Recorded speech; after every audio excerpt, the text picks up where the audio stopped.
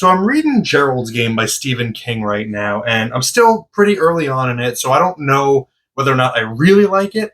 But I did just finish a sequence in there that made me stop and go like, that sequence is exactly why Stephen King is more than just another horror author. He is actually a great writer, and I wanted to just take a quick moment to talk about it.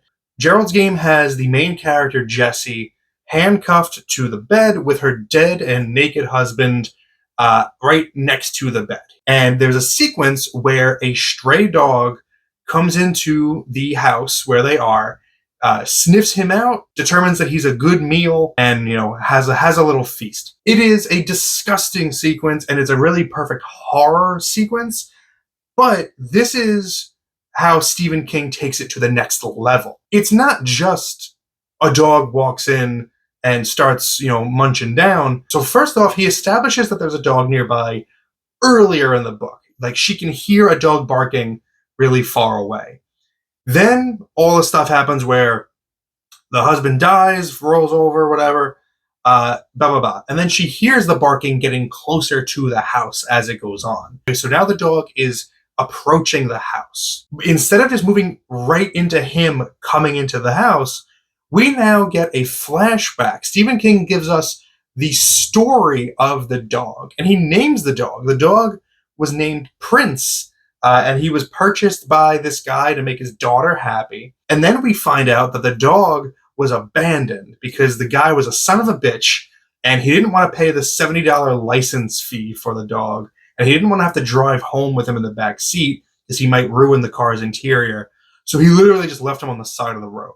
So by doing this, Stephen King now makes us be on the side of the dog. Like, we feel horrible that this lovely dog who loved his owner is now abandoned and starving. So now the dog enters the house, and we know what he's going to do, and the main character, Jessie, knows what he's going to do. And so she starts screaming at him, and he gets close enough where she can kind of give him a kick. And we obviously she's doing that. She's going to protect her dead husband from being eaten. But now we've seen the tragic backstory of this dog. So there's a little bit of a part of us that's like, just let him eat. I kind of feel bad for this dog. What's the difference? Just let him have a good meal. But we know that. The character doesn't know that. So it just creates a really interesting situation for the reader.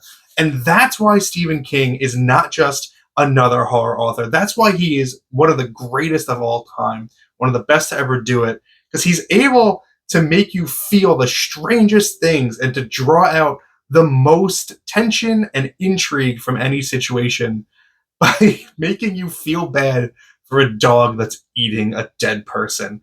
So that's it. This was a really quick one today. Let me know if you agree with me. Let me know other examples of Stephen King doing that in his writing, because I would love to hear your examples.